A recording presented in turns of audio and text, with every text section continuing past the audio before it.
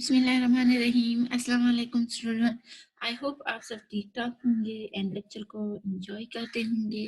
आज की सेशन में हम जिन टॉपिक को डिस्कस करने जा रहे हैं वो हमारे पास है प्रॉब्लम सॉल्विंग। बेसिकली हम तो कंप्यूटर साइंस कंप्यूटर टीच करें, लेकिन अब इसमें हमारे पास कंप्यूटर में आप लोग तो ऑलरेडी मैथ्स में प्रॉब्लम सॉल्विंग करते हो, बहुत सारे और चीज़ों में करते हैं। अब कंप्यूटर साइंस में आप प्रॉब्लम सॉल्विंग किस तरह करोगे, वो भी डिफरेंट लैंग्वेजेस के थ्रू, डिफरेंट प्रोग्रामिंग के थ्रू। तो आज के इस लेक्चर में हम सारा यही फंडामेंटल सारा बेसिक्स को डिस्कस करेंगे प्रॉब्लम सॉल्विंग के रिलेटेड। तो हम यहाँ पर जो यूज करेंगे सी प्लस प्लस लैंग्वेज को यूज करेंगे। तो चलो स्टार्ट करते हैं। और प्रॉब्लम सॉल्विंग क्या होती है, ये किस तरह इसकी इम्प्लीमेंटेशन होती है, तो सारा वो बेसिक हम आज की इस लेक्चर में डिस्कस करेंगे। ओके, फर्स्ट हमारा जो आज का लेक्चर है, हम कंप्यूटर को भी थोड़ा सा इंट्रोड्यूस करेंगे, उसका भी इंट्रोडक्शन करेंगे and programming C plus plus programming को भी डिस्कस करेंगे। आज हमारा फर्स्ट लेक्चर है, तो हम सारा आज की लेक्चर में सारा बेसिक से ही डिस्कस करेंगे। ओके, तो थोड़ी सी जरा ओवरव्यू करती हूँ कि हमारे पास फर्स्ट जो होगा कंप्यूटर सिस्टम क्या होता है, प्रोग्रामिंग एंड प्रॉब्लम सॉल्विंग क्या होगी। फिर हम सी प्लस प्लस को इंट्रोड्यूस करेंगे कि हमारे पास सी प्लस प्लस क्या है। इसके बाद हम टेस्टिंग एंड डिबगिंग करेंगे, मीन हम अपने इस प्रॉब्लम को इम्प्लीमेंट करेंगे सी प्लस प्लस लैंग्वेज में। और फिर इसको हम जिस ऐप में करेंगे उसके बाद हम उसको टेस्टिंग करेंगे एंड डिबगिंग करेंगे।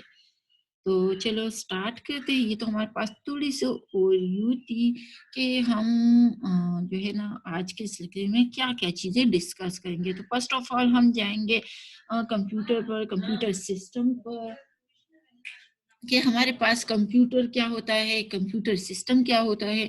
तो बेसिकली आप लोग ऑलरेडी जानते हैं कंप्यूटर हमारे पास एक मशीन है, एक इलेक्ट्रॉनिक मशीन है जिसमें हम कुछ इनपुट करते हैं। वो इनपुट जो है ना हमारे पास प्रोसेस हो जाता है, स्टोरेज में जाता है, स्टोर होता है एंड फिर उस प्रोसेस के बाद, उस सारा मिक्सचर के बाद हमारे पास एक रिजल्ट आ जाता है।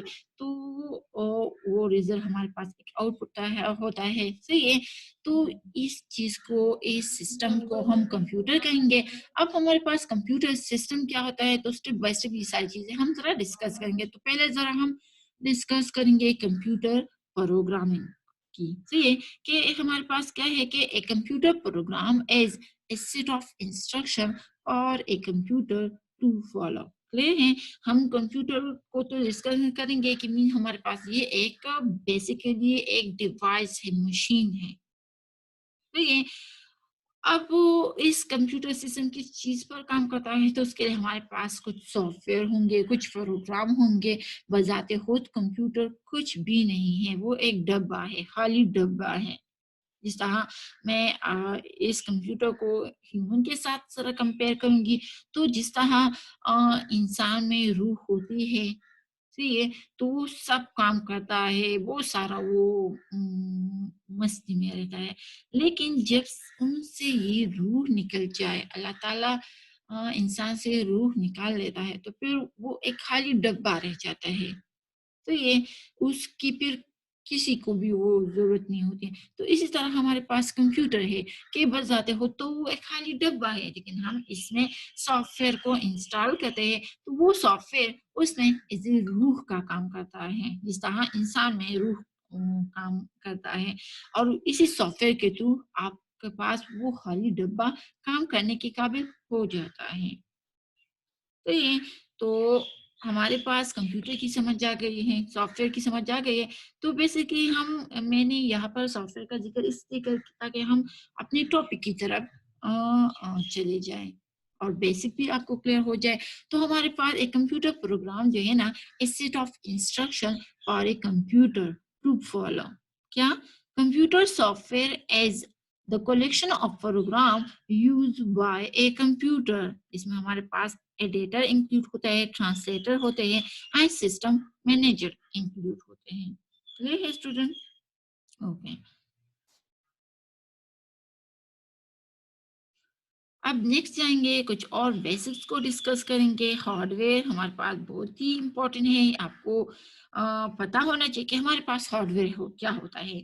बेसिकली हार्डवेयर हमारे पास कोई भी फिज़िकल पार्ट्स हो, कोई भी डिवाइस हो, कुछ भी हो जिसको आप टच कर सकते हैं, तो ये वो हमारे पास हार्डवेयर कहलाता है। हमारे पास यहाँ पर 3 मेन क्लासेस ऑफ कंप्यूटर हैं। तो ये तो अब जो क्लासेस है तो वो तो बेस होगा हार्डवेयर पर। तो ये कोई फिजिकल डिवाइस होंगे, मीन फिजिकली हमारे पास जो चीजें हैं, जो कंप्यूटर है। तो there are 3 main classes of computer, mean computer की जो डिवीजन हो गई है। ओके, फर्स्ट वन हमारे पास पीसी है, जिसको स्टैंड करता है personal computer. Relatively small, use by one person at A time. आजकल आप जितने भी कंप्यूटर देख रहे हो, जितने भी मोबाइल देख रहे हो, आपके सामने यही है कि वो जस्ट वो सिंगल यूजर ही मैनेज कर सकते हैं। एक शख्स ही उसको चला सकता है, उस पर काम कर सकता है, एक से ज्यादा नहीं कर सकता।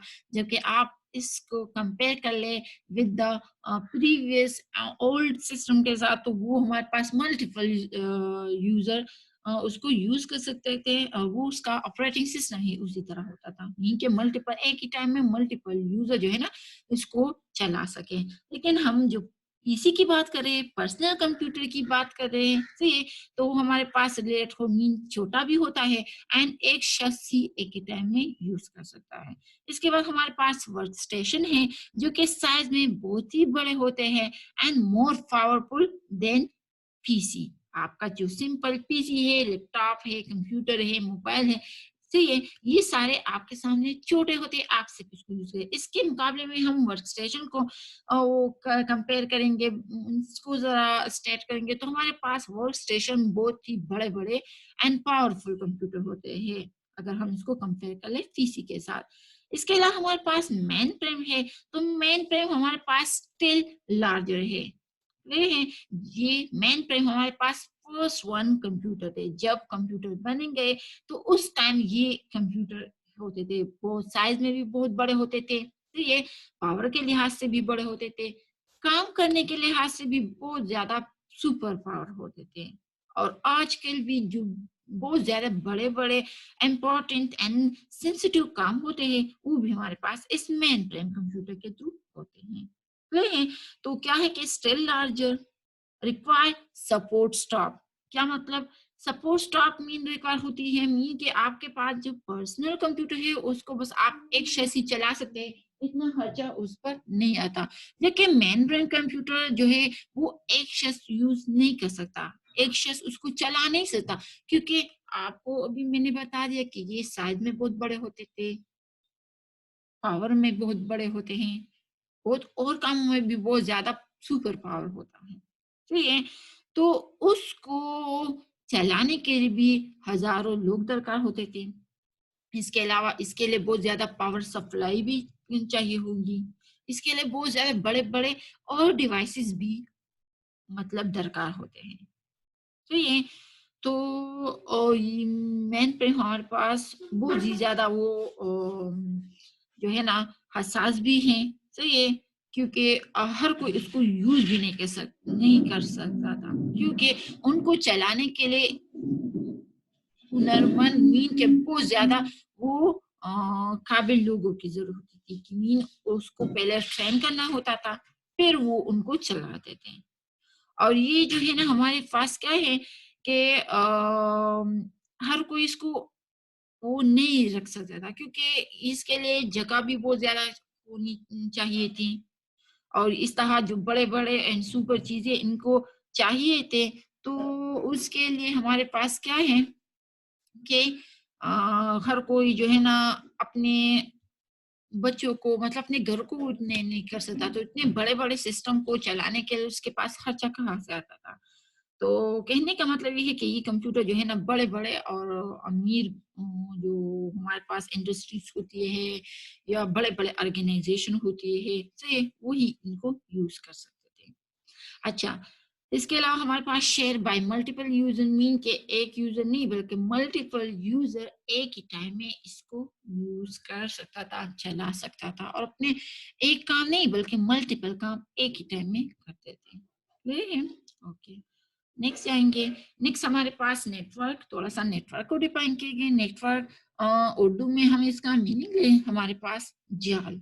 तो ये टू नेटवर्क हम कंप्यूटर की तरफ आएंगे। क्या है कि हमारे पास के एक या एक से ज्यादा कंप्यूटर जब एक दूसरे के साथ कनेक्ट हो जाए वो हमारे पास कंप्यूटर नेटवर्क है हमारे पास। तो ये तो क्या है कि a number of computer connected to share resource हमारे पास ये नेटवर्क कहलाएगा। Share printer and other devices. अब इसमें हम कहते हैं ना कि कंप्यूटर या रिसोर्स जो है ना इसमें शेयर है, तो कौन से रिसोर्स इसमें शेयर हो? हमारे पास इसमें जो है ना प्रिंटर एंड दूसरे डिवाइसेस भी शेयर हो सकते हैं एंड इसमें हम इंफॉर्मेशन सारा कुछ शेयर कर सकते हैं। अच्छा, इसके बाद हमारे पास कंप्यूटर ऑर्गेनाइजेशन की बात करेंगे।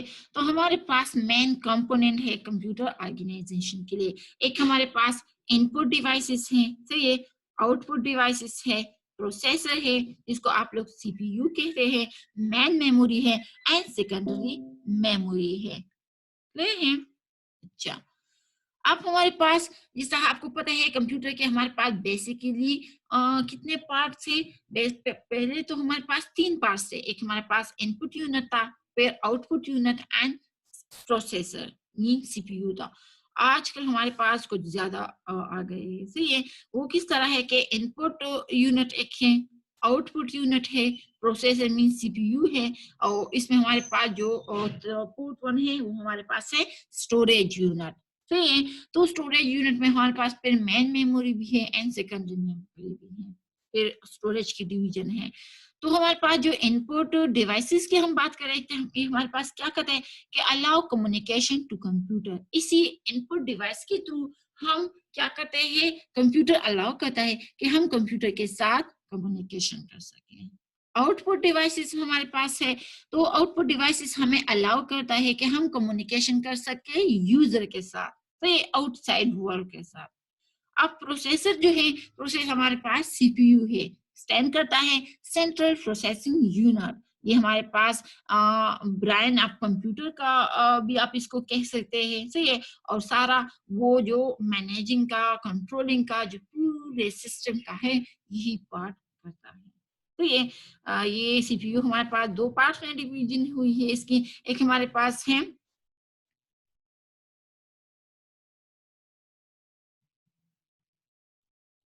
एक हमारे पास इसमें है जो है ना क्या है कि एक हमारे पास इसमें सीयू है, एक हमारे पास एएलयू है। सीयू हमारे पास कंट्रोल यूनिट है एंड एएलयू हमारे पास ऑटोमेटिक लॉजिक यूनिट है। सीयू मीन हमारे पास सारा जो कंप्यूटर में कंट्रोलिंग वाला काम है वो सीयू करता है, और जो हमारे पास मैथमेटिकल या लॉजिकल जो भी कैलकुलेशन है वो हमारे पास एएलयू करता है। इसके अलावा हमारे पास मेन मेमोरी है। हमने अभी बता दिया कि हमारे पास जो पोर्ट पार्ट है कंप्यूटर का वो हमारे पास है स्टोरेज यूनिट। अब स्टोरेज यूनिट को हमने दो में डिवाइड किया है, दो पार्ट्स में। एक हमारे पास मेन मेमोरी है जिसको आप लोग जो है ना प्राइमरी मेमोरी भी कह सकते हैं एंड इसके हमारे पास और भी बहुत सारे नाम हैं। नहीं है, इंटरनल मेमोरी भी आप इसको कह सकते हैं। इसके अलावा हमारे पास सेकेंडरी मेमोरी है, इसके भी हमारे पास डिफरेंस नाम है। अच्छा, मेन मेमोरी जो है ना हमारे पास वो मेमोरी लोकेशन है जो कंटेनिंग द रनिंग प्रोग्राम। जो कंप्यूटर रनिंग टाइम में जो चीज हम स्टोर करते हैं, तो ये वो हमारे पास मेन मेमोरी है। ये हमारे पास आरजी मेमोरी है, टेम्पररी मेमोरी है। इसमें प्रोग्राम जब एग्जीक्यूट होता है, कंप्यूटर रनिंग होता है, तो सारा कुछ होता है। जब कंप्यूटर हम ऑन अप कर मतलब अप करते हैं, बंद करते हैं, तो वो जो कुछ रनिंग में होता है वो जो मेमोरी उस टाइम में होती थी वो फिर रिमूव हो जाती है, डिलीट हो जाती है। तो ये इसे हम इसको टेम्पररी मेमोरी भी कहते हैं। फिर इसके भी हमारे पास सब डिवीजन है। इसके अलावा हमारे पास जो दूसरा पार्ट्स है वो हमारे पास है सेकेंडरी मेमोरी। ठीक है, सेकेंडरी मेमोरी हमारे पास क्या है कि हमारे पास परमानेंट मेमोरी है।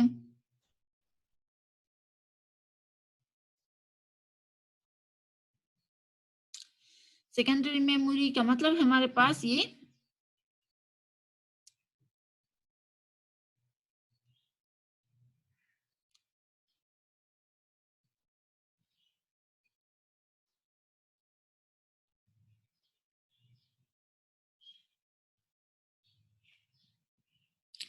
सेकेंडरी मेमोरी का मतलब है कि इसमें हमारे पास क्या होगा कि इसमें सारा कुछ जो है ना वो परमानेंटली हम इसको स्टोर कर सकते हैं।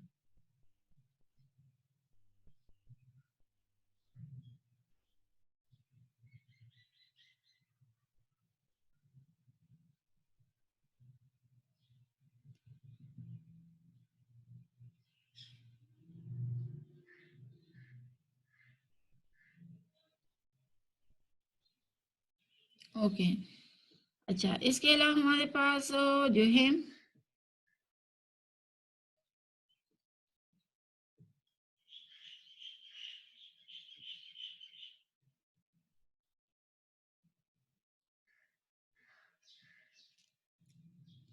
secondary memory mean permanent memory और record of data upon on a disk mean के जो हमारे पास इसमें मेमोरी होती है सेकेंडरी मेमोरी हमारे पास जो है ना परमानेंट हम इसमें स्टोर करते हैं बहुत ज्यादा डेटा यहाँ पर स्टोर कर सकते हैं डिस्क में और इसके हमारे पास डिफरेंस जो है ना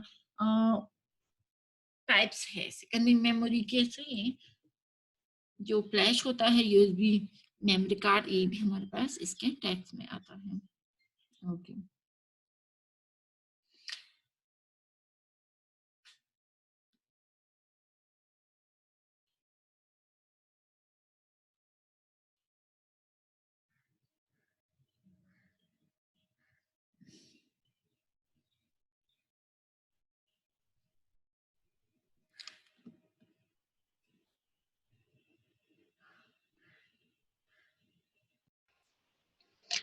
ओके स्टूडेंट, तो अभी जो हम पढ़ेंगे वो हमारे पास कंप्यूटर ऑर्गेनाइजेशन तो आप लोग ऑलरेडी कर चुके हैं। आई होप समझ आ गया होगा।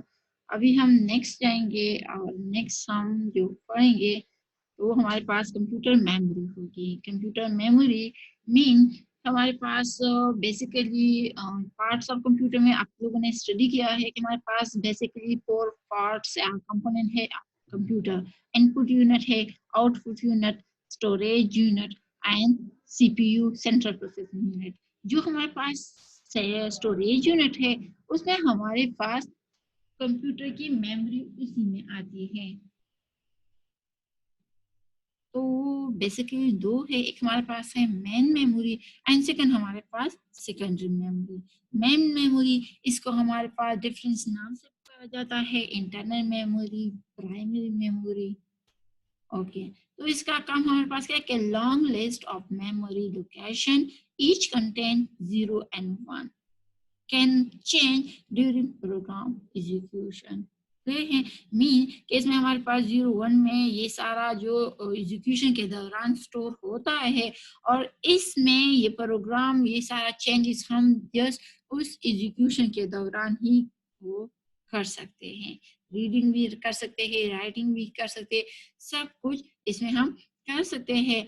और ये जब कंप्यूटर रनिंग में हो तो ये हमारे पास डेटा हम इसमें स्टोर कर सकते हैं, उसको ओपन कर सब कुछ कर सकते हैं।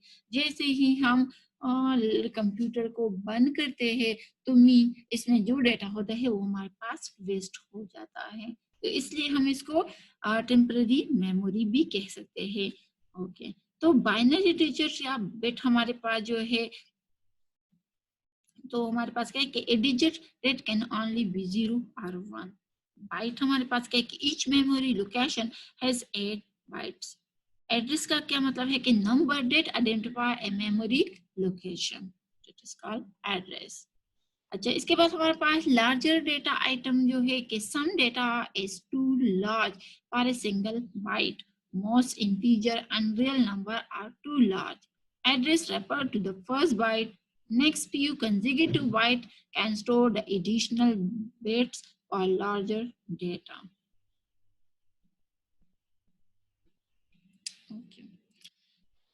डेटा एंड कोड हमारे पास है कि जिस तरह आप देख सकते हैं कि ए में लुक लाइक दिस 0 1 0 0 0 1 ठीक है, आपके पास तो ये ए हमारे पास कैरेक्टर है, लेकिन बाइनरी कोड में हमारे पास ये क्या चीज रिप्रेजेंट करता है, तो वो हमारे पास 0100, क्योंकि कंप्यूटर तो बाइनरी कोड्स को, डिजिट्स को समझ सकता है। सही है, वो कोई भी अल्फाबेटिक हो या कुछ भी और आप उनको दे दे, वो उनको नहीं समझता, वो जस्ट 01 को समझ सकता है। 01 को इसलिए समझ सकता है क्योंकि कंप्यूटर हमारे पास जो है मशीन लैंग्वेज पर डिपेंड करता है, वो जस्ट मशीन लैंग्वेज को अंडरस्टैंड कर सकता है। बाइनरी मशीन लैंग्वेज हमारे पास बाइनरी लैंग्वेज है, 01 में हम इसको राइट करते हैं। इसके अलावा हमारे पास जितने भी लैंग्वेजेस है वो कंप्यूटर को समझ नहीं आता, कंप्यूटर जस्ट 01 को समझ सकता है।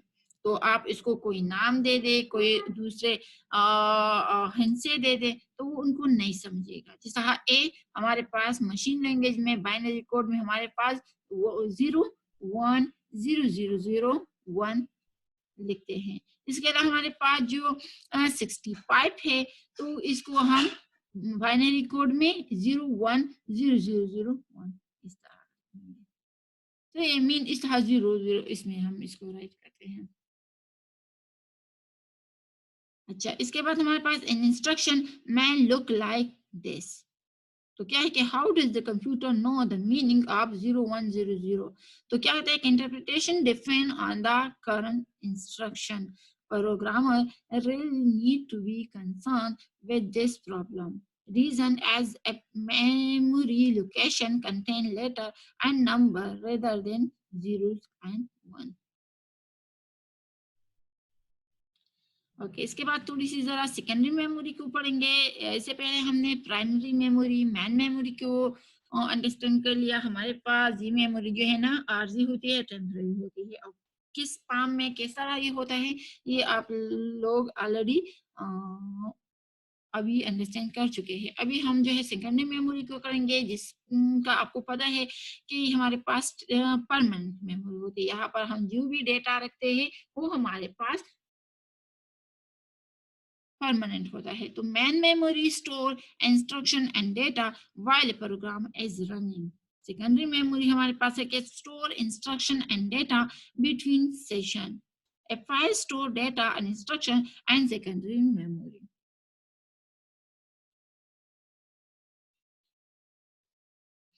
सेकेंडरी मेमोरी हमारे पास इनके लिए जो मीडिया है, तो एक computer might have any of these type of secondary memory.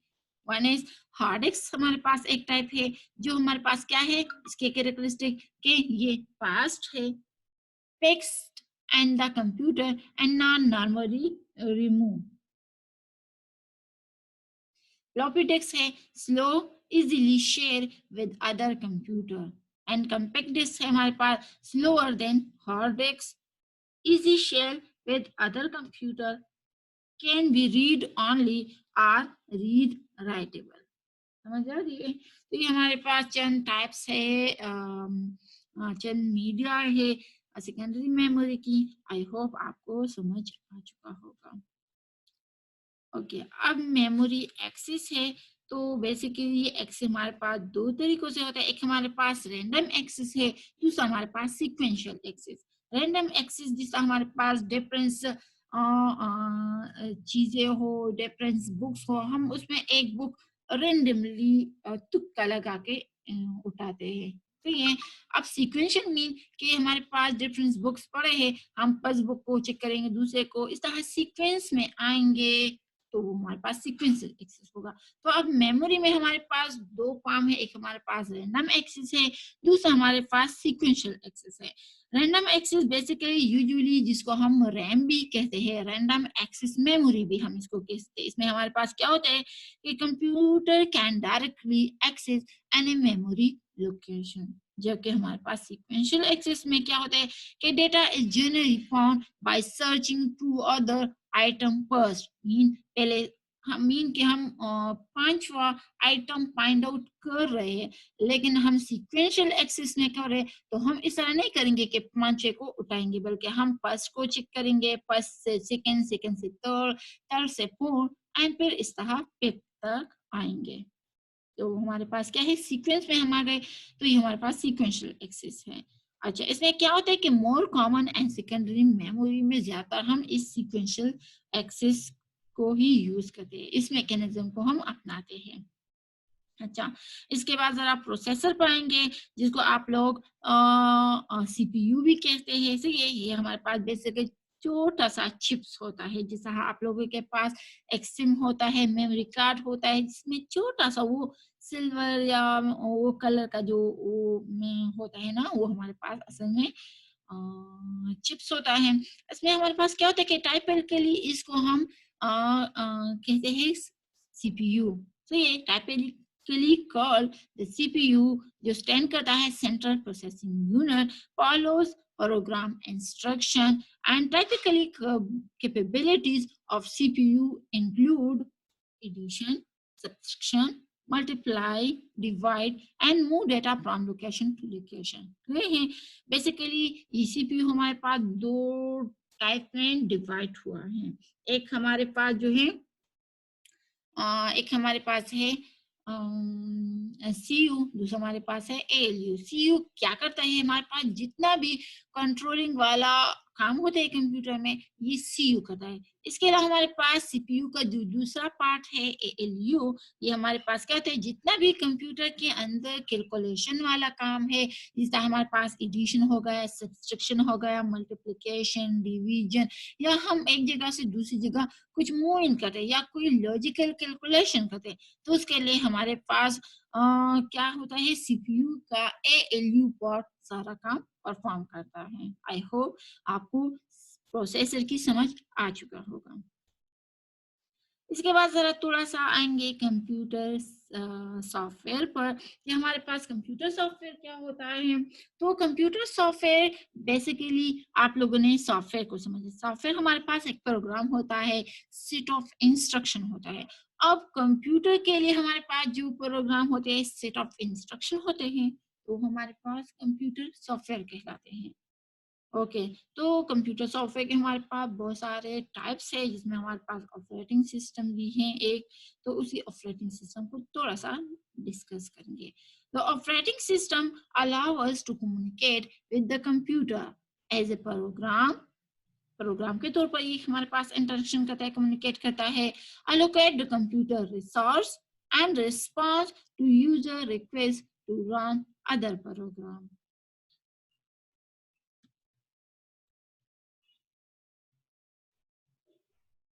Okay,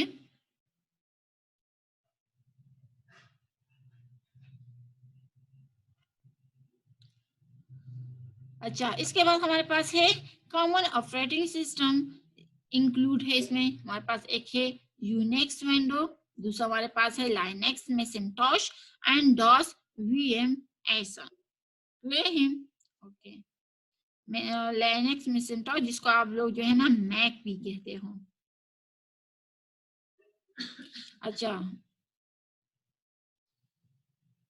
इसके अलावा हमारे पास कंप्यूटर इनपुट है। इनपुट हमारे पास कंप्यूटर का एक पार्ट्स है, जिसको आप लोग इनपुट यूनिट कहते हैं। इसी पार्ट्स के थ्रू, इसी लोकेशन के थ्रू हमारे पास क्या होता है कि हम कंप्यूटर में डेटा को इनपुट करते हैं। ले हैं, तो क्या हमारे पास होता है कंप्यूटर इनपुट के, computer input consist of a program some data, mean कि इसमें हम कुछ सॉफ्टवेयर एंटर करते हैं, वे हैं, और उसमें हम कुछ डेटा को इनपुट कर दे रहे हैं, और ये सारा कुछ हम सॉफ्टवेयर के थ्रू करेंगे। ये सॉफ्टवेयर हमें अलाउ करता है कि हम कंप्यूटर में कुछ डेटा को इनपुट कर ले, और वो सॉफ्टवेयर हमारे पास, आप विंडो सिस्टम में है, तो विंडो आपके लिए, विंडो ऑपरेटिंग सिस्टम में सारा काम करेगा, अलाउ करेगा डेटा की एंट्री को। आप मोबाइल को यूज करेंगे, तो मोबाइल में हमारे पास डिफरेंट सॉफ्टवेयर होते हैं, जिस तरह एंड्रॉइड सॉफ्टवेयर है। तो ये इसके अलावा हमारे पास और भी बहुत सारे सॉफ्टवेयर है, तो ये आपको अलाउ करेगा, और इसी के थ्रू जो है ना, आप क्या करते हैं, डेटा को लेते हैं, मीन इनपुट करते हैं। अच्छा,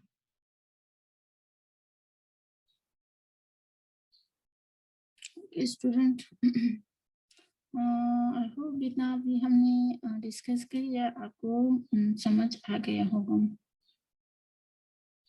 अच्छा, इसके बाद हम जरा हाई लेवल लैंग्वेज पर आएंगे। हमारे पास different types of high level language है। बेसिकली तो 2 टाइप्स है लैंग्वेजेस की, कंप्यूटर लैंग्वेजेस की। एक हमारे पास है लो लेवल लैंग्वेज, सेकंड हमारे पास है high level language. Low level language again हमारे पास जो डिवीजन है उसमें 2 है। एक हमारे पास मशीन लैंग्वेज है और दूसरी हमारे पास असेंबली लैंग्वेज है। मशीन लैंग्वेज जो कि आप ऑलरेडी जानते हो हमारे पास 0-1 पर बेस करता है। तो ये इसके बाद हमारे पास असेंबली लैंग्वेज आई थी जो कि सिंबॉलिक लैंग्वेज है। इसमें ज़्यादातर काम जो है ना सिंबल के थ्रू सारा अंडरस्टैंडिंग होती है। अच्छा, अभी जो हम डिस्कस करने जा रहे हैं वो हमारे पास हाई लेवल लैंग्वेज है। हाई लेवल लैंग्वेज हमारे पास बहुत सारे हैं। तो ये जो कि कॉमन प्रोग्रामिंग लैंग्वेज है जिसमें हमारे पास सी है, सी प्लस प्लस है, जावा है, पास्कल, विजुअल बेसिक, फॉरट्रैन, कूवल, लिस्प, स्कीम, एडा, ये बहुत सारे हमारे पास प्रोग्रामिंग लैंग्वेजेस हैं एंड डिफरेंट पर्पस के लिए हम इसको यूज करते हैं। और जो आपका इस कोर्स में जो लैंग्वेज है आप जिसमें इम्प्लीमेंटेशन करेंगे वो हमारे पास सी प्लस प्लस होंगे। तो हम इस सी प्लस प्लस लैंग्वेज में सारा प्रोग्रामिंग करेंगे और इसी को सारा डिस्कस करेंगे। इसका सारा बेसिक फंडामेंटल हम डिस्कस करेंगे।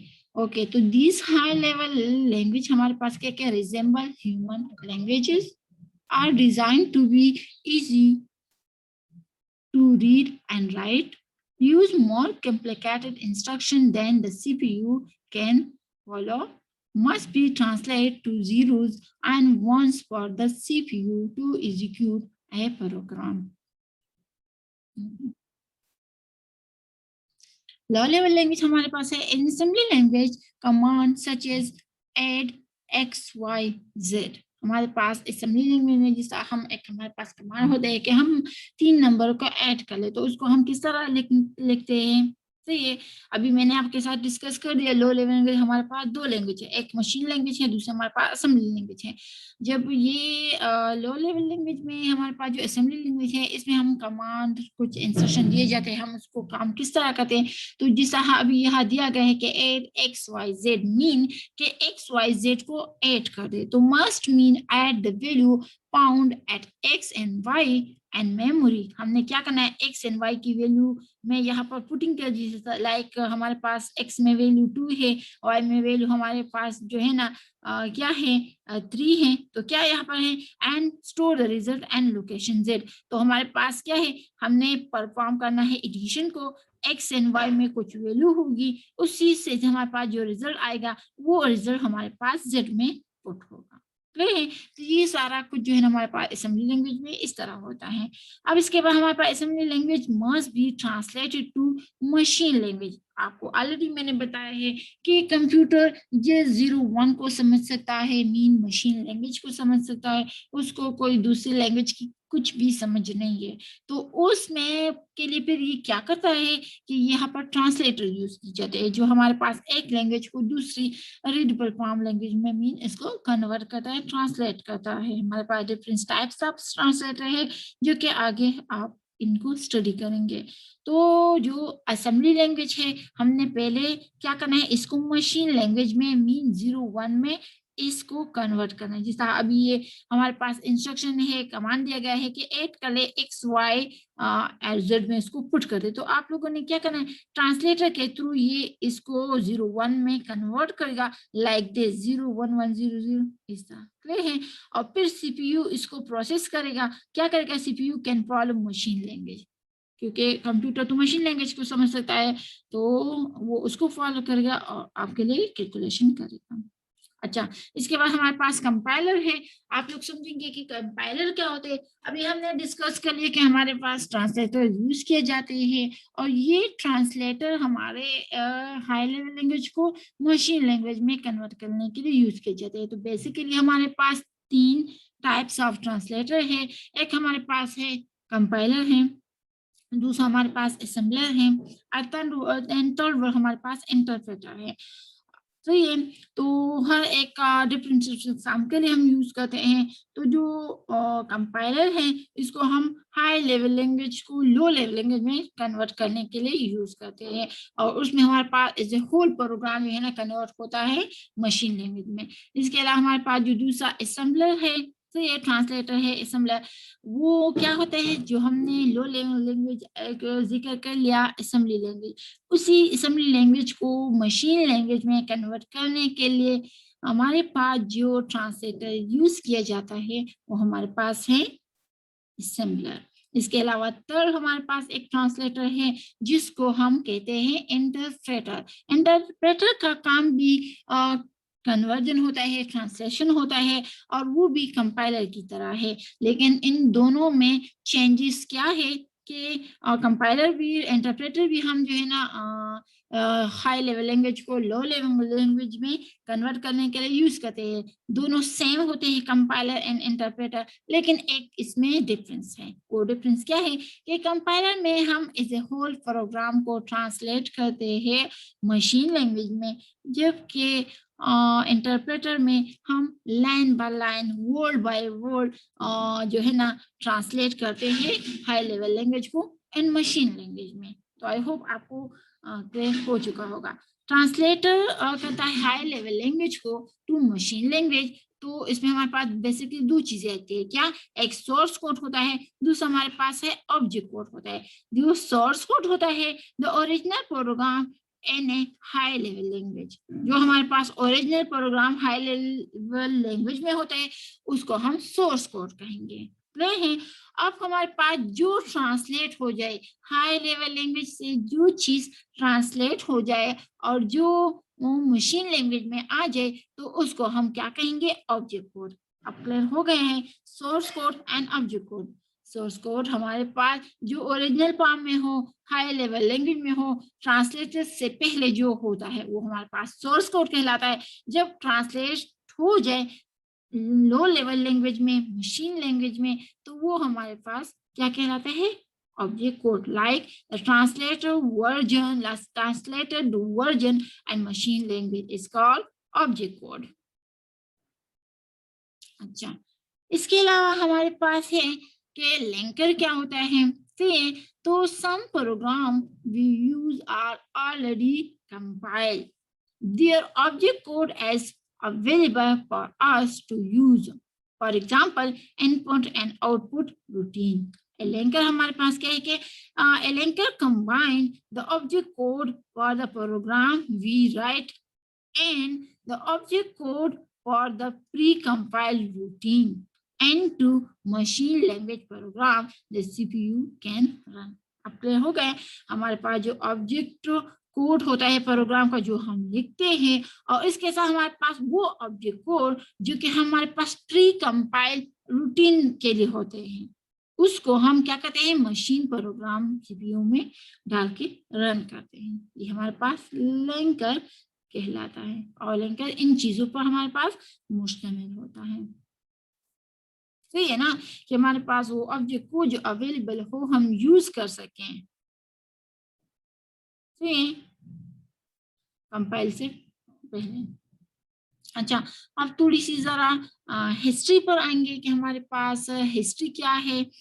अच्छा, तो फर्स्ट प्रोग्रामेबल कंप्यूटर जो डिजाइन हुआ था by Charles Babbage began work in 1822. Note हमने क्या करना है, completed and Babbage life time. Clear हो गया, ये थोड़ी सी कंप्यूटर की जरा हिस्ट्री है प्रोग्रामिंग की। सी है कि हमारे पास डिजाइन तो किया था चार्ल्स बेबेज ने, इस डेट में काम भी इसमें कर, और उसी की लाइफ में जो है ना नहीं कंप्लीट हुआ था। अच्छा, फर्स्ट प्रोग्राम हमारे पास क्या कि Ada Augusta Countess of Lovelace colleagues of Babbage, उसने हमारे पास फर्स्ट प्रोग्राम को किया था। अच्छा, इसके बाद हमारे पास क्या है कि थोड़ी सी जरा इसकी मैं कंक्लूजन करूंगी कि list 5 main component of computer, list the data for a program that adds two number. तो ये आप लोगों के लिए एज ए होमवर्क होगा। ये है मेन डिफरेंस क्वेश्चन है। तो describe the work of compiler, define the source code, define object code and describe the purpose of operating system.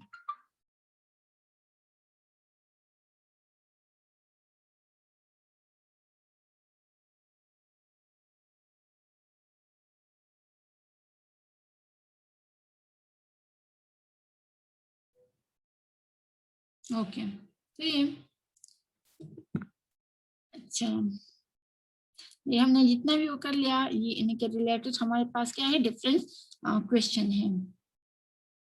अब समझ आ गया है? ओके, अब जरा आगे जाएंगे और आगे हम पढ़ेंगे प्रोग्रामिंग एंड प्रॉब्लम सॉल्विंग। हमारे पास प्रोग्रामिंग क्या होता है, प्रॉब्लम सॉल्विंग क्या होता है, क्या चीजें इसमें इन्वॉल्व होती है। तो फर्स्ट हमारे पास एल्गोरिथम है। एल्गोरिथम क्या होते हैं, a sequence of precise instruction which lead to a solution. Basically algorithm हमारे पास स्टेप बाय स्टेप एक मेथड होता है जिसमें हम कुछ सॉल्व करते हैं, सॉल्यूशन की तरफ आते हैं। अच्छा, इसके अलावा हमारे पास प्रोग्राम होता है। तो क्या होता है कि in algorithm express an language the computer can understand, जिसको आप लोग सिंपल सॉफ्टवेयर भी कहते हैं। हमारे पास सेट ऑफ इंस्ट्रक्शन भी होता है। अच्छा, प्रोग्राम डिजाइन है कि programming is a creative process, no complete set of rule for creating a program. Program design process है, problem solving phase, result is an algorithm that solve the problem. Implementation phase, result in the algorithm translated into a programming language. Problem solving phase है, be certain the task is completely specified. What is the input? What information is in the output? How is the output organized? Develop the algorithm before implementation. Experience showed this so saves time is getting your programming to run, and test the algorithm for the correctness. फिर हमारे पास difference passage हैं problem solving के। Okay, second step पे जो हमारे पास है implementation page पे हमारे पास क्या होता है कि translate the algorithm into programming language. पहले आप लोगों ने एल्गोरिथम करना है, उसको हमने फिर प्रोग्रामिंग लैंग्वेज में कन्वर्ट करना है। क्या है कि easier as you can experience with the language, compile the source code, locate error and using the programming language. And इसके बाद हम क्या करेंगे, run the program on simple data। क्या है कि verify correctness of result, and result may require modification of the algorithm and program। Okay. इसके बाद ऑब्जेक्ट ओरिएंटेड प्रोग्रामिंग पर आएंगे, जो एब्रिविएशन इसकी है OOP। OOPS, so ये object oriented programming used for many modern program is viewed as interacting object. Each object contain algorithm to describe its behavior. Program design phase involve designing objects and their algorithms। अच्छा, oops character से हमारे पास है इसके जो basic हमारे पास है क्या है कि एनकैप्सुलेशन, इंफॉर्मेशन हिडन है एक हमारे पास इसमें एनकैप्सुलेशन में। दूसरा हमारे पास object contain their own data and algorithm. Inheritance है कि writing reusable code, object can inherit characteristic from their objects. Polymorphism है, a simple name can have multiple meaning depending on its context।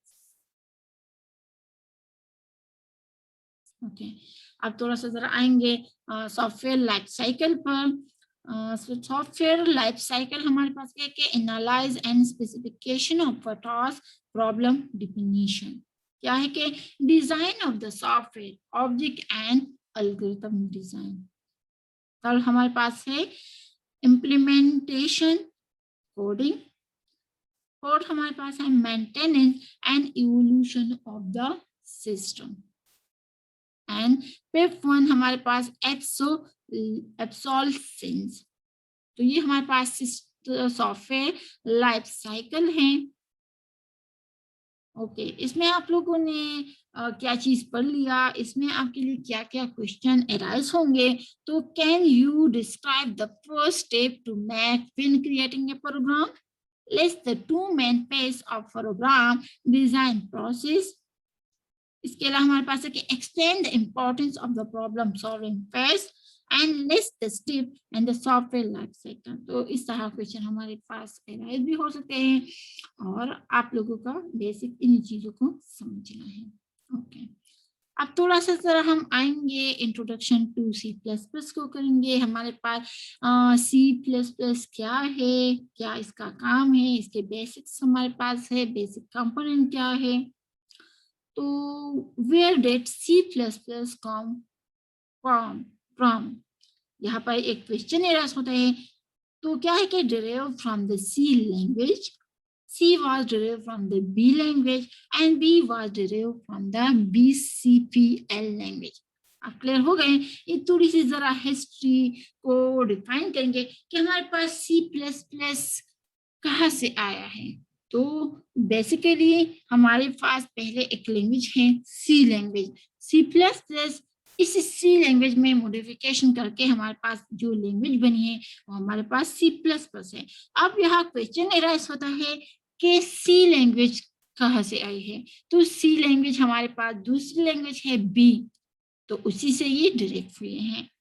सही है। और बी लैंग्वेज जो है हमारे पास BCPL एक लैंग्वेज है, उसी से आई है। तो मीन फर्स्ट ऑफ ऑल हमारे पास एक लैंग्वेज है BCPL, उसके बाद हमारे पास दूसरी लैंग्वेज जो आई है वो बी लैंग्वेज है, और फिर उस बी लैंग्वेज में मॉडिफिकेशन करके हमारे पास एक लैंग्वेज आई है जिसको आप कहते हैं सी लैंग्वेज। ये सारे हमारे पास प्रोग्रामिंग लैंग्वेज है।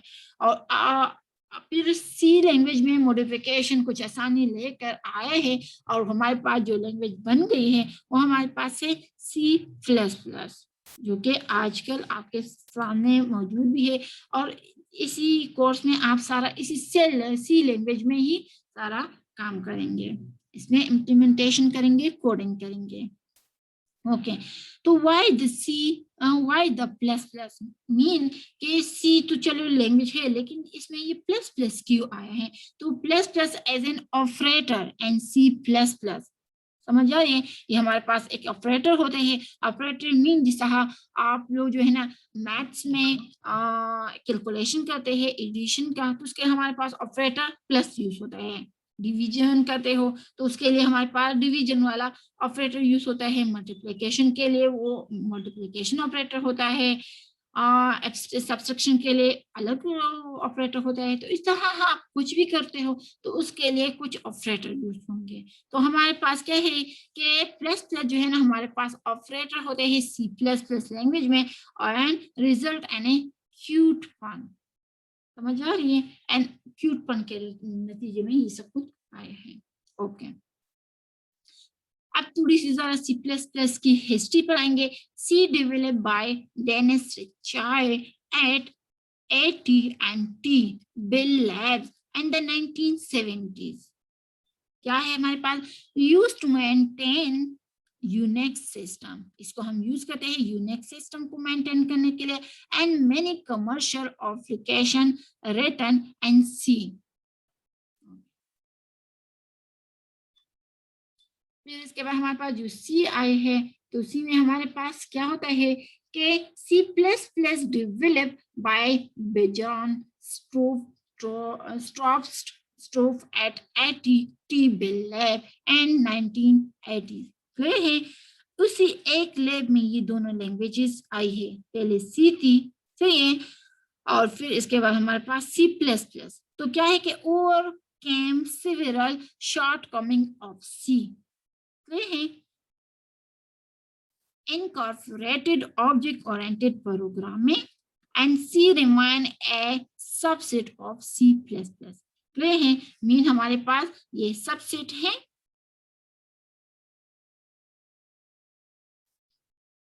ओके, मीन के सी हमारे पास है लैंग्वेज और उसके अंदर हमारे पास ये C++ है, मीन सबसेट हो गई। ओके, अच्छा, इसके बाद थोड़ी सी जरा हम स्ट्रक्चर पर आएंगे। हमारे पास C का सिंपल प्रोग्राम का स्ट्रक्चर क्या होता है, हम इसको किस तरह करेंगे, आज की क्लास जरा पूरा ही फंडामेंटल है। आज इसके बाद जो हम पढ़ेंगे वो इसमें डिटेल में हम जाएंगे, लेकिन आज के इस लेक्चर में हम पूरा इसी बेसिस को करेंगे ताकि आपको हर चीज समझ आ जाए। अच्छा, तो ये हमारे पास आपको सामने नजर आ रहा है, ये C++ प्रोग्राम का सिंपल सा स्ट्रक्चर है, एक सिंपल प्रोग्राम है। अभी इसी प्रोग्राम से मैं आपको पूरा स्ट्रक्चर समझाऊंगी। क्या है कि a simple C++ program begin and this way. क्या है, फर्स्ट ऑफ ऑल आप लोगों ने यहाँ पर प्री प्रोसेसर्स को क्या करना है, इंक्लूड करना है, उसको डिफाइन करना है। तो जैसा हैश इंक्लूड istream.h, इसके अलावा आप यूज कर सकते हैं हैश इंक्लूड, यहाँ इस ब्रेसेस के अंदर एंगल ब्रेसेस जो है इसके अंदर आप डिफरेंस लाइब्रेरीज को कॉल करोगे, यहाँ पर इंक्लूड करोगे। जैसा हम मैंने अभी आईस्ट्रीम हम मैंने यहाँ कर दिया .h, तो आईस्ट्रीम का मतलब है इनपुट आउटपुट स्ट्रीम, तो ये हेडर .h यहाँ आप करेंगे। इसके अलावा आप कर सकते हैं hash include conio.h, hash include मतलब इसके अलावा मैथ.h, बहुत सारे और लाइब्रेरी से आप इसको यहाँ पर यूज कर सकते हैं। इसके बाद हम करेंगे using namespace std and semicolon आप लोगों ने यहाँ पर करनी है। इसके बाद आप लोगों ने इंटीजर मैन फंक्शन करना है। फिर इसके बाद आपकी बॉडी स्टार्ट होगी। बॉडी स्टार्ट करने के लिए आप लोगों ने यहाँ पर ये ब्रेसेस जो है ना नजर आ रहे हैं, तो ये ब्रेसेस आप लोगों ने डालनी है, और यहाँ पर ये स्टार्टिंग ब्रेसेस हो गया, और यहाँ पर आप लोगों ने एक एंडिंग ब्रेसेस डालनी होगी। इस स्टार्टिंग एंड एंडिंग ब्रेसेस के दरमियान में आप लोगों ने यहाँ पर कुछ स्टेटमेंट लिखनी है, कुछ प्रोग्रामिंग करनी है। तो ये एंड इन दिस वे, और फिर यहाँ पर आप लोगों ने रिटर्न 0 सेमीकोलन, और यहाँ पर ये, तो आपका सारा ये स्ट्रक्चर होगा। आप लोगों ने जहाँ यहाँ पर जस्ट पुटिंग करनी है, प्रोग्राम करनी, बाकी ये सारी चीजें सेम टू सेम होगी। तो आप लोगों ने आज आपका ये जो टास्क है इसको समझना है, सी का सिंपल प्रोग्राम का पूरा स्ट्रक्चर, सिंपल स्ट्रक्चर।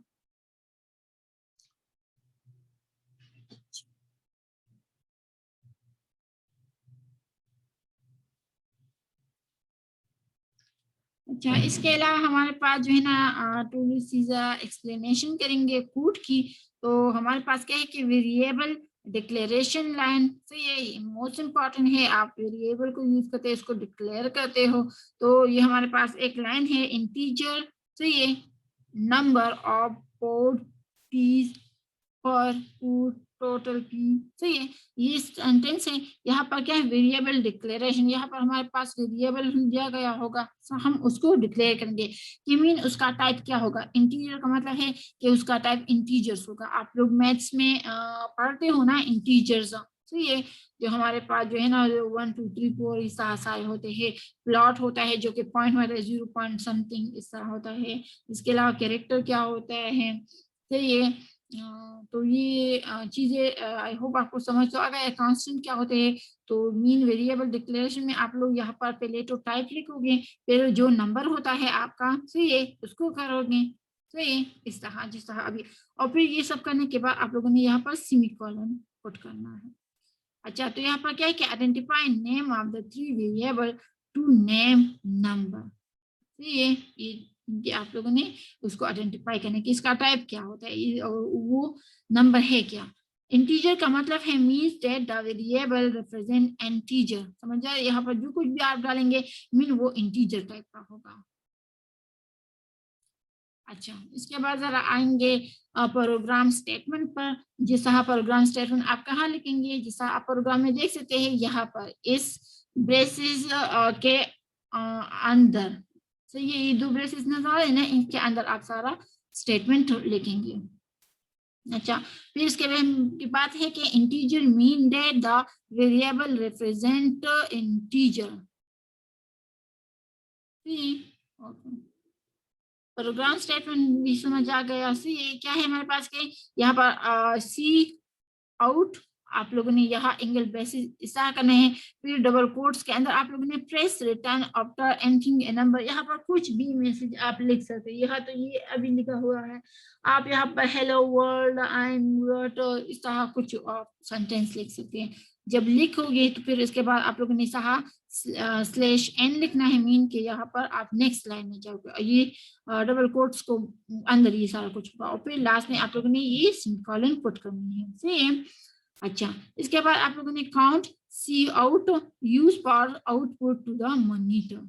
सही, तो सी आउट क्या करेगा, ये सी आउट का मतलब है कि ये सी आउट क्या है, आप लोग इसको बोलते हो सी आउट, लिखते हम इस तरह है COUT और इसको बोलते सी आउट कहते हैं और यूज करते हैं for output to the monitor. Mean इसको हम इसलिए करते हैं ताकि इसके थ्रू हमारे पास मॉनिटर पर हमारे पास कुछ आ जाए। ठीक है, और ये सिंबल आप नजर आ रहा है, फिर ये डबल कोट्स के अंदर ये इंसर्ट कर हम यूज करते हैं, मीन इसके थ्रू हमारे पास हम डेटा इंफॉर्मेशन कुछ इनपुट करेंगे। फिर इसके बाद हमारे पास क्या होते हैं, जिस तरह डबल कोट्स के अंदर लिखा है प्रेस एंड नंबर, बहुत उसके अंदर आप और बहुत सारे सेंटेंस लिख सकते हैं, आपकी अपनी मर्जी है। इसके बाद आप ये /n लिखोगे तो in the data bound for the monitor, यहाँ पर जो कुछ ये बाउंड होगा मॉनिटर के थ्रू। अच्छा, फिर इसके बाद है think of count C out as a name for the monitor. तो ये मॉनिटर के हम इसको यूज करेंगे, क्या है कि ये डबल कोट्स के अंदर एंगल ब्रेसेस जो है ना पॉइंट करता है, points to where the data as to end up के डेटा ने कहाँ तक एंड करना है। अच्छा, /n है, इसका मतलब है कि case a new line to be started on the monitor. Okay, तो ये तो थोड़ी सी जरा फर्स्ट सी आउट के बारे में थी कि सी आउट क्या होता है, ये डबल कोट्स के अंदर किस तरह हम लिखते हैं, या हमारे पास ये एंगल ब्रेसेस क्या होता है, या /n क्या होता है। अच्छा, इसके बाद हम जरा प्रोग्राम स्टेटमेंट पर आएंगे। प्रोग्राम स्टेटमेंट हमारे पास जिस तरह है कि cn और हमारे पास क्या है कि आउटपुट मतलब एंगल ब्रेसेस है लेकिन बैक साइड पर है, सही है। नंबर ऑफ कोड, तो यहाँ पर है कि cn हमारे पास बोलते हैं cn यूज करते हैं इनपुट फ्रॉम द कीबोर्ड, वहां पर हम मॉनिटर के लिए वो यूज करते हैं, यहाँ पर हम कीबोर्ड से मीन कीबोर्ड से हम कुछ इनपुट करेंगे। यहाँ पर क्या है कि ये एंगल ब्रेसेस जो है ना बैक साइड पर एक्सट्रैक्ट करेगा data from the keyboard, mean keyboard से ये डेटा लेगा। And think of cn as a name for the keyboard, है तो points from the keyboard to a variable where data is store.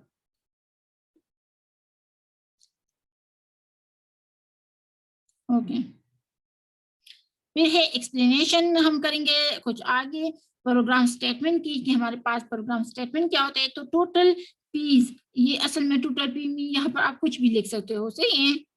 ये total P या यहाँ पर आप कुछ नाम भी लिख सकते हो, फर्क नहीं पड़ेगा। इक्वल है number of port multiply fee for food, ये ऐसे लिखा है, इसकी जगह आप कुछ और सेंटेंस भी लिख सकते हो, सही है। हेलो आई एम वटो and I love you Pakistan, इस तरह आप सेंटेंस भी लिख सकते हो, सही है। क्या है कि परफॉर्म करेगा कंप्यूटेशन को, क्या है यहाँ पर हमारे पास, यहाँ पर ये सिंबल जो है ना ये मल्टीप्लिकेशन का है, तो मीन ये यूज करेगा फॉर मल्टीप्लिकेशन, मीन ये इनको क्या करेगा, ये मल्टीप्लाई करेगा। इक्वल क्या काम करेगा, case total fee to get a new value based on the calculation show the right of equal sign, क्या करेगा ये आपके लिए, मीन आप number of food multiply fee for food, इसको मल्टीप्लाई करके आपके पास जो रिजल्ट आएगा तो इक्वल इसको वो रिजल्ट डिस्प्ले करेगा। अब क्लियर हो गया है। अच्छा, अब हमारे पास है प्रोग्राम स्टेटमेंट है। प्रोग्राम स्टेटमेंट हमारे पास कहते हैं सी आउट नंबर ऑफ फूड, यहाँ आप लिख सकते हैं आई लव यू पाकिस्तान, कुछ भी लिख सकते हैं। तो क्या करेगा ये सेंड करेगा the value of variable number of food to the monitor, ये सी आउट मॉनिटर को सब कुछ सप्लाई करेगा। तो यहाँ पर नंबर ऑफ फूड है तो ये उसको सप्लाई करेगा। अब यहाँ पर अगर cn होता और ये एंगल ब्रेसेस जो है ना जरा उल्टे होते तो फिर मैं इसको कहती कि मीन ये कीबोर्ड से डेटा लेगा, समझ आ रही है। अच्छा, इसके बाद जरा प्रोग्राम लेआउट पर आएंगे कि हमारे पास प्रोग्राम का जो लेआउट है वो क्या है, किस तरह है। तो compiler accept almost any pattern of line breaks and indentation. Compiler accept करेगा almost any pattern of line breaks and indentation. क्या करेगा कि program format program so they are easy to read, like place opening braces ये and closing braces आप लोगों ने ये put करनी है on a line by themselves. फिर क्या है इंडेंट स्टेटमेंट। इंडेंट स्टेटमेंट का मतलब है लाइक देख ले ये अभी ऐसा है, अब ये मैंने ये लाइन जो है ना इसी के मुताबिक आ रही, फिर इसके अंदर मैंने सभी कर दिया तो ये अब यहाँ से स्टार्ट होगा। इसके बाद मैं यहाँ एंटर करूंगी तो मेरे सारे इस तरह आएंगे। समझ आ रही है ना? सही है। अब मैं यहाँ पर क्या करूँ, अब मैं जो है ना यहाँ पर कुछ और इंडेंशन या कुछ कर लूँ तो मीन वो फिर उसमें आएगा। समझ आ रही है? अब मैं इसमें देख लेना ये इसमें आ रहा है। अच्छा, तो इंटेंशन बेसिकली हमारे पास ये होता है स्टेटमेंट इंटेंशन की मीन इस तरह एक फ्लो सही तरीके से वो आ रहा हो। अच्छा, मीन के एक लूप के अंदर वही आ जाए ना, ऐसा ना हो कि दूसरे में वो चला जाए। अच्छा, यूज करेंगे ओनली वन स्टेटमेंट पर लाइन, एक लाइन में हम इशारा यूज एक ही लाइन में करेंगे। अच्छा, प्रोग्राम लेआउट में कुछ आगे जाएंगे। क्या है कि variable are declare before they are use. हम पहले इसे के मतलब इसको हम वेरिएबल को डिक्लेयर करें इससे पहले हम इसको यूज करेंगे। Typically variable are declare at the beginning of the program statement, not always line end with a semicolon. Include हमारे पास जो है ना डायरेक्टर को है, तो जैसा हमारे पास है कि हैश इंक्लूड आइसक्रीम जैसा हम कहते हैं, तो इंक्लूड का मतलब यह है कि इस डायरेक्टर को वो इंक्लूड कर ले। तो क्या है कि टिल कंपाइलर, इसमें सारा हम कंपाइलर को सब कुछ बताएंगे कि आप लोगों ने ये करना है, आपने ये करना है। क्या है कि till compiler where to find information about item use in the program iStream as a library containing definition of CN and Cout। तो ये वहां पर हमने लिखा है ना हैश इंक्लूड iStream.h। IO का मतलब है हमारे पास के ये CN and Cout mean input output को ये लेगा।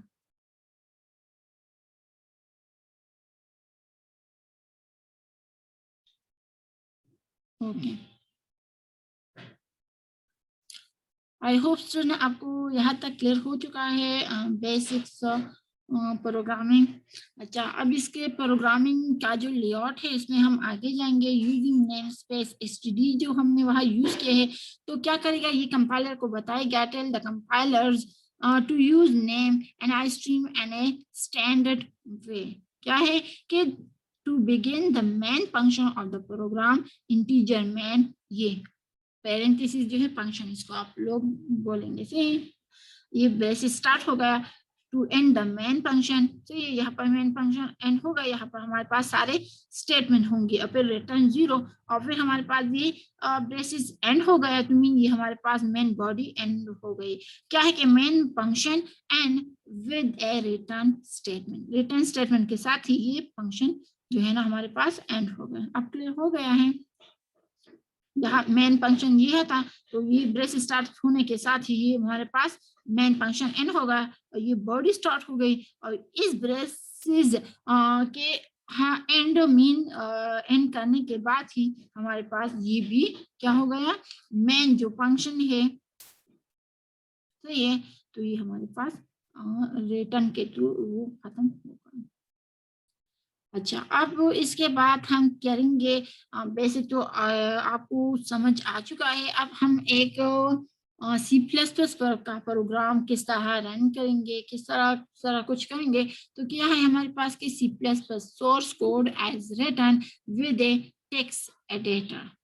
समझ आ रही है? टेक्स्ट एडिटर हमारे पास एक ऐप होगा, सॉफ्टवेयर होगा, हम इसको डाउनलोड करेंगे, इंस्टॉल करेंगे, उसमें हम इम्प्लीमेंटेशन करेंगे तो आपको फिर ये चीज समझ आ जाएगा। तो कहने का मतलब ये है कि C plus plus source code जो है ना, जो उसका हमारे पास कोड है, जिसको हम इस टेक्स्ट एडिटर मीन उस ऐप में इम्प्लीमेंट करेंगे, फिर उसको रन करेंगे। फर्स्ट वन हमारे पास एक टेक्स्ट एडिटर होना चाहिए, इसमें हम इस कोड को इम्प्लीमेंट करेंगे। क्या है इसके बाद कि compiler on your system convert source code to object code, वो सोर्स कोड को ऑब्जेक्ट कोड में कन्वर्ट करता है। फिर क्या कहें, ये लिंकर जो है combine all the object code and to an executable program, वो इसको इस एग्जीक्यूटेबल प्रोग्राम में पुट करता है।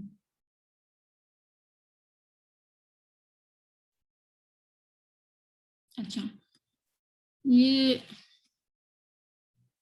यहाँ तक समझ आ चुका होगा। अब हम इसको रन किस तरह करेंगे एक प्रोग्राम को, तो ऑब्टेन कोड एंड डिस्प्ले। सही है, क्या है कि हम कंपाइल करें कोड को, fix any error the compiler indicate and recompile the code. फिर इसके बाद हम रन करेंगे प्रोग्राम को। Now you know how to run a program on your system. अच्छा, तो आई होप आपको ये सारी चीजें समझ आ चुकी होगी। थोड़ी सी जरा हम आज के लेक्चर की जरा थोड़ी सी दोबारा रिव्यू करेंगे। सही है कि आज के लेक्चर में हमने क्या क्या चीजें पढ़ ली, थोड़ी सी जरा कंक्लूजन पाएंगे। क्या है कि describe the output of this line. तो ये एक क्वेश्चन है, मीन आप लोगों ने अभी सारा कुछ समझ तो गए हैं ना, तो अभी आपको इस क्वेश्चन के आंसर आते होंगे। क्या है कि describe the output of this line, Cout, C++ is easy to understand। तो ये समझ आ रहे हैं ना कि यहाँ पर क्वेश्चन है कि डिस्क्राइब करें आउटपुट ऑफ दिस लाइन, के हमारे पास क्या आउटपुट आएगा।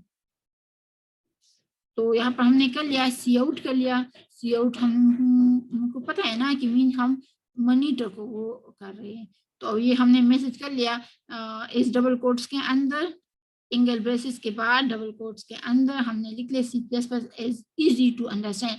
तो आप लोगों के इस प्रोग्राम का जो आंसर आएगा वो क्या होगा, स्क्रीन पर आपके सामने मॉनिटर पर C plus plus is easy to understand, ये वाला लाइन आएगा। समझ आ गया। अच्छा, इसके बाद हमारे पास explain what this line does, इस लाइन से हमारे पास क्या आएगा। तो आपको पता है सीएन हमारे पास कीबोर्ड से हेल्प लेता है, कीबोर्ड का वो करता है। तो क्या करता है कि ये पी पर मीन के हम कीबोर्ड से इसमें कुछ इनपुट करेंगे। सही है, तो explain this hash include I stream dot H. अच्छा, तो आप लोगों को पता है हमारे पास अपनी प्रोसेसर डायरेक्टरीज हैं। हैश इंक्लूड का मतलब है कि हम इंक्लूड करेंगे I stream dot H mean के इनपुट आउटपुट डेटा को हम इसके थ्रू इनपुट मीन इनपुट करेंगे सी आउट एंड सी इन। अच्छा स्टूडेंट, अब इसके बाद हम आएंगे टेस्टिंग एंड डिबगिंग पे, कि हम एक प्रोग्राम तो करेंगे, इस तरह हम उसको इम्प्लीमेंट करेंगे, रन करेंगे। अब टेस्टिंग एंड डिबगिंग हमारे पास क्या होती है, तो पहले तो बग को आप समझिए कि बग हमारे पास क्या होते हैं। तो बग बेसिकली हमारे पास एक मिस्टेक को हम कहते हैं। A mistake is in a program is called bug. समझ आ रही है।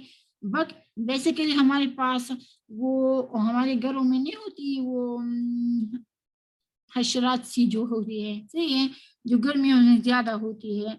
तो इसके रिलेटेड एक बहुत बड़ी इंटरेस्टिंग स्टोरी भी है। कहते हैं कि एक दफा किसी की कंप्यूटर खराब हुआ था। सही है, बेसिकली हम प्रोग्रामिंग में इस डबिंग को कर रहे हैं ना, तो एक किसी का सिस्टम कंप्यूटर खराब हुआ था, तो जब मिस्त्री के पास ले गए तो उससे एक बग निकल आया।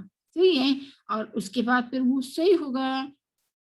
सही है, तो इसी वजह से हम जो है ना लोगों ने बगिंग मीन उसको कहना मीन इस एरर को बग कहना शुरू कर लिया है। अब ये स्टोरी रियल में है या ऐसी किसी ने बनाई है, लेकिन बग बेसिकली हम एरर को कहते हैं। सही है, कंप्यूटर में हम एक एरर को कहते हैं, लेकिन रियल लाइफ में हमारे पास एक खशरात होती है जिसको हम वो लाल बेग सी उस तरह नहीं होती, उस तरह एक हशरात है उसको हम कहते हैं। तो कहने का मतलब ये है कि bug a mistake in a program is called bug. अब डिबगिंग हमारे पास क्या होता है कि एलिमिनेटिंग मिस्टेक इन प्रोग्राम, हम एक प्रोग्राम से एरर को, मिस्टेक को हटाते हैं, तो उसको हम डिबगिंग कहेंगे। समझ आ रही है? जैसा आप कुछ प्रोग्राम जो है ना, अभी हमने जो स्ट्रक्चर बयान कर लिया, उस स्ट्रक्चर को आप एडिटर में लिखते हो, राइट करते हो, इम्प्लीमेंट करते हो, और वो उसको आप रन करते हो, उसके बाद आपके पास एरर आ जाती है। तो इस एरर को आप जो हटाओगे, एलिमिनेशन करोगे, इसके थ्रू करोगे, हमारे पास वो डिबगिंग कहलाता है। तो term use when a moth case as a field relay on the Harvard Mark I computer. Gresser Hofer and other programmers taped the mouth and logbook stating. So a first actual case of the bug being found. समझ आ रही है? अच्छा, अब programme bug क्या होते हैं, programme debug क्या होते हैं, या प्रोग्राम एरर हमारे पास क्या होते हैं? तो सिंटैक्स एरर हमारे पास बेसिकली दो टाइप्स ऑफ एरर होते हैं, एक सिंटैक्स होते हैं, एक हमारे पास सिमेंटिक्स एरर होते हैं। सो ये तो सिंटैक्स एरर बेसिकली कहते हैं कि वोल्यूशन of the grammar rule of the language discovered by the compiler. Error message may not always show correct location of the error. अच्छा, तो रन टाइम एरर हमारे पास जो आते हैं, तो ये तो क्या होता है कि error condition detect by the computer eight run time. Run time पर हमारे पास जो भी एरर आ जाते हैं वो हमारे पास रन टाइम एरर कहलाते हैं। एंड लॉजिक एरर हमारे पास के error in the program algorithm most difficult to diagnosis, computer does not recognize an error। Logically हमारे पास जो एरर आते हैं, तो ये जो रियल में ना हो वो हमारे पास लॉजिक एरर कहलाता है। अच्छा, अब यहाँ पर हमारे पास क्या क्वेश्चन एराइज होंगे जो कि आप लोगों ने समझने हैं। क्या है कि describe the three kind of program error. Three kind of program error हमारे पास क्या है, जो कि ऑलरेडी अभी हमने डिस्कस कर लिया। सिंटैक्स एरर है, रन टाइम एरर है, एंड लॉजिक एरर है। समझ आ चुका है स्टूडेंट?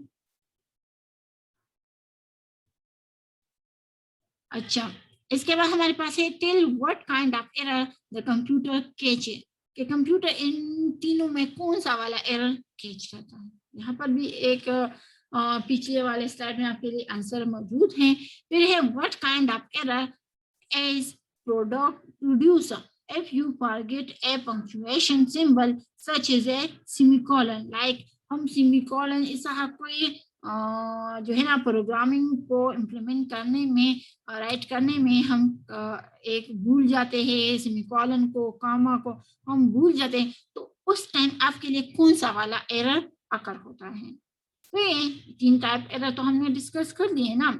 अच्छा, इसके बाद हमारे पास है कि tell what type of error is produce when a program run but produce incorrect result. हमारे पास एक प्रोग्राम तो रन होता है लेकिन रिजल्ट गलत देता है, तो मीन उस टाइम हमारे पास कौन सा एरर होगा। तो ये आप लोगों के लिए एक टास्क है, आप इसको खुद करके फिर मुझे बता दो। अच्छा,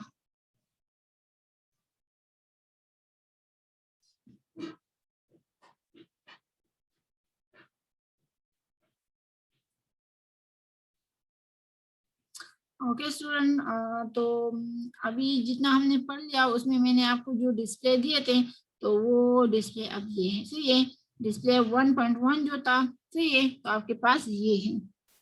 क्या है कि मेन कंपोनेंट ऑफ कंप्यूटर हमारे पास क्या है, input unit mean input device हो गया, output unit output devices, CPU processor जो है ना मीन सीपीयू, जिसके अंदर हमारे पास मेन मेमोरी भी होते हैं, इसके बाद हमारे पास सेकेंडरी मेमोरी भी है। सही है, तो ये दोनों हमारे पास स्टोरेज यूनिट में आ जाता है। अच्छा, अब इसके बाद थोड़ी सी जरा नेक्स्ट डिस्प्ले पर जाऊंगी।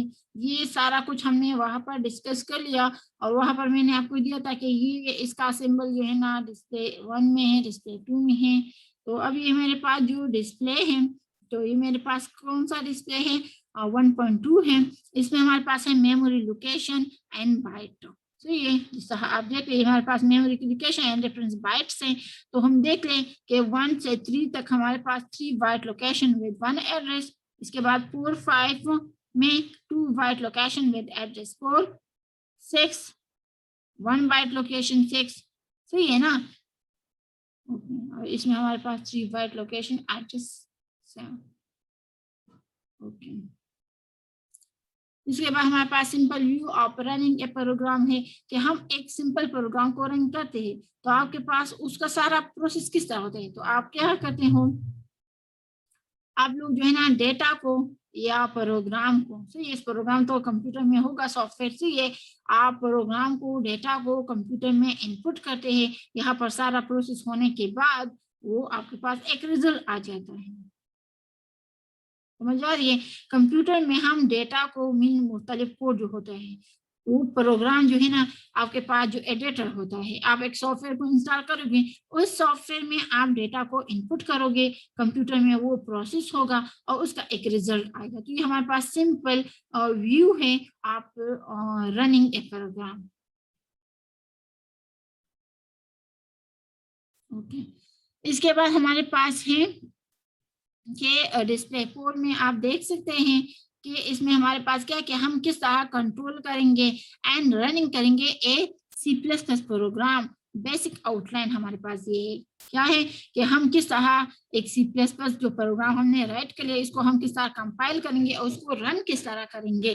तो आप इस डायग्राम में देख सकते हैं क्या है, हमारे पास डेटा, हमारे पास C++ प्रोग्राम का हम कंप्यूटर में इनपुट करते हैं, सही है, इनपुट करते हैं और वो कंप्यूटर में यहाँ पर आके क्या होता है, C++ जो प्रोग्राम होता है वो उसको कंपाइल करते हैं, कंप्यूटर में लाते हैं, कंप्यूटर से वो मशीन लैंग्वेज में कन्वर्ट करते हैं, यहाँ पर आके हमारे पास सारा कैलकुलेशन करने के बाद हमारे पास आउटपुट आ जाते हैं C++ प्रोग्राम का।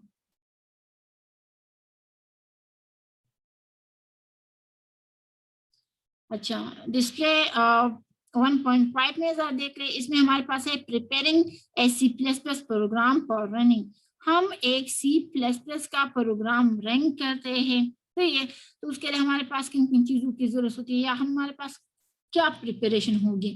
तो हमने क्या करना है, पहले तो हमने C++ प्रोग्राम कोड लिखना है, उसको फिर कंपाइल करना है, ऑब्जेक्ट कोड C++, इसमें क्या लिंकर में आके क्या करना है, लिंकर में हमारे पास object code for the other routine mean difference library से जो आते हैं, and complete machine language code ready to run. जब पूरा ये हो जाए तो फिर हमारे पास वो रन हो जाए। अगर ये ट्रांसलेट ना हो जाए मशीन लैंग्वेज में तो मीन आपका प्रोग्राम फिर ये रन नहीं होगा, सही है स्टूडेंट। तो आप लोगों ने इसी बेसिक्स को समझना है। अच्छा, डिस्प्ले 6 में हमारे पास है कि एन एल्गोरिथम। एन एल्गोरिथम होता क्या है, किस तरह इसका काम क्या होता है। तो क्या है कि algorithm that determine how many time a name occur in a list of names, सही है। तो get the list of name, get the name begin check, set a counter to 0, do the following for each name on the list। ये असल में हमारे पास एक algorithm है। आपके पास ये प्रॉब्लम है, एल्गोरिथम मैंने कहा था कि हमारे पास स्टेप बाय स्टेप हम एक प्रोसेस करते हैं और एक सोल्यूशन की तरफ जाते हैं। तो आपके पास एक प्रॉब्लम है कि हम किस तरह हाउ मेनी टाइम एक नेम जो है ना अकर हो जाए एक लिस्ट में। तो क्या है कि हम एल्गोरिथम की पार्ट में लिखेंगे, तो हमने क्या करना है कि get the name of get the list of name, फिर get the name being check, set a counter to 0, do the following for each name on the list and compare करेंगे name on the list of name being checked, and if the name are the same then add 1 to the counter। समझ आ रही है। Announce that the answer as the number indicate by the counter। okay, program design को process हमारे पास है। हम एक प्रोग्राम को जो डिजाइन करते हैं उसका पूरा प्रोसेस हमारे पास क्या क्या है। तो प्रॉब्लम सॉल्विंग टेस्ट हमारे पास फर्स्ट जो हम स्टार्ट लेंगे, सही है। तो स्टार्ट जो हम लेंगे हमारे पास प्रॉब्लम की हम डिफिनीशन करेंगे, फिर हम एल्गोरिथम्स पर आएंगे, सही है। एल्गोरिथम से हम डेस्कटॉप टेस्टिंग पर जाएंगे एंड दूसरी तरफ हम ट्रांसलेटिंग करेंगे C++ को टेस्टिंग में करेंगे। टेस्टिंग से हम जो है ना, एक तो हम वर्किंग प्रोग्राम पढ़ाएंगे, दूसरा हम टेस्टिंग से दोबारा ट्रांसलेटर कर देंगे। तो मीन के दो पेज हमारे पास में है, एक तो हमारे पास क्या है कि प्रोग्राम स्टार्ट हो गया और ये हमारे पास सारा इम्प्लीमेंटेशन वाला पेज है। मीन इस एल्गोरिथम डिजाइन में ये सारा कुछ होगा। सही है। तो क्या है कि स्टार्ट करने के बाद प्रॉब्लम को डिफिनीशन करने के बाद हमने क्या करना है, यहाँ पर एल्गोरिथम में आना है। इस एरो का मतलब है यहाँ पर आएंगे और इससे फिर हम यहाँ जा सकते, दोबारा भी एल्गोरिथम डिजाइन में आ सकते, या डायरेक्ट जाके प्रॉब्लम स्टेटमेंट पे आएंगे। समझ आ रही है स्टूडेंट? ये सारा हमारे पास प्रॉब्लम सॉल्विंग डिफरेंट स्पेसिस है, हम इसमें इम्प्लीमेंटेशन सब कुछ किस तरह करेंगे, तो ये इस तरह होता है।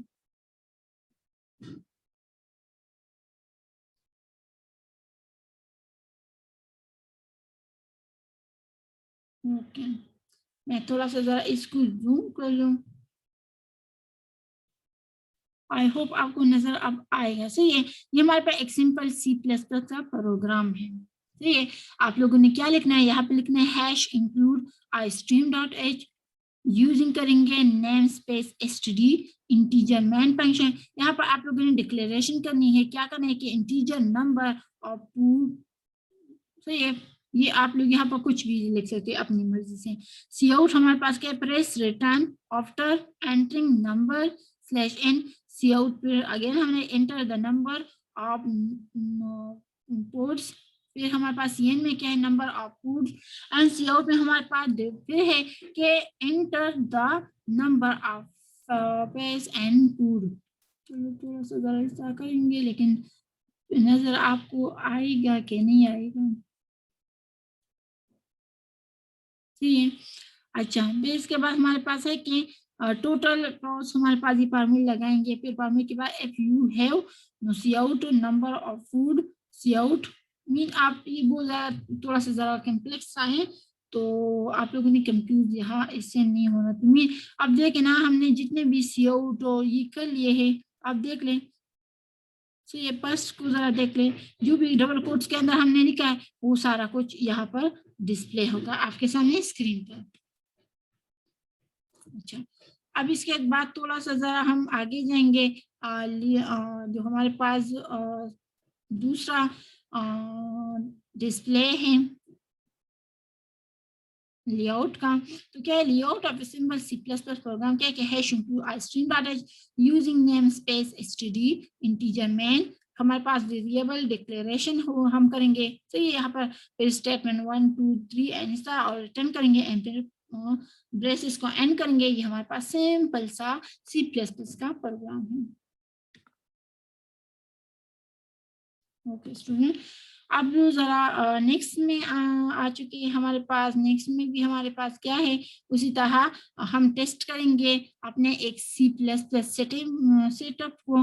तो क्या है हमारे पास के हैश इंक्लूड istream.h प्रोग्राम आप लोगों ने इस तरह लिखने हैं using namespace std integer man. फिर इसके बाद सी आउट ये एंगल ब्रेसेस के अंदर आप लोगों ने कोई मैसेज डिस्प्ले करना है।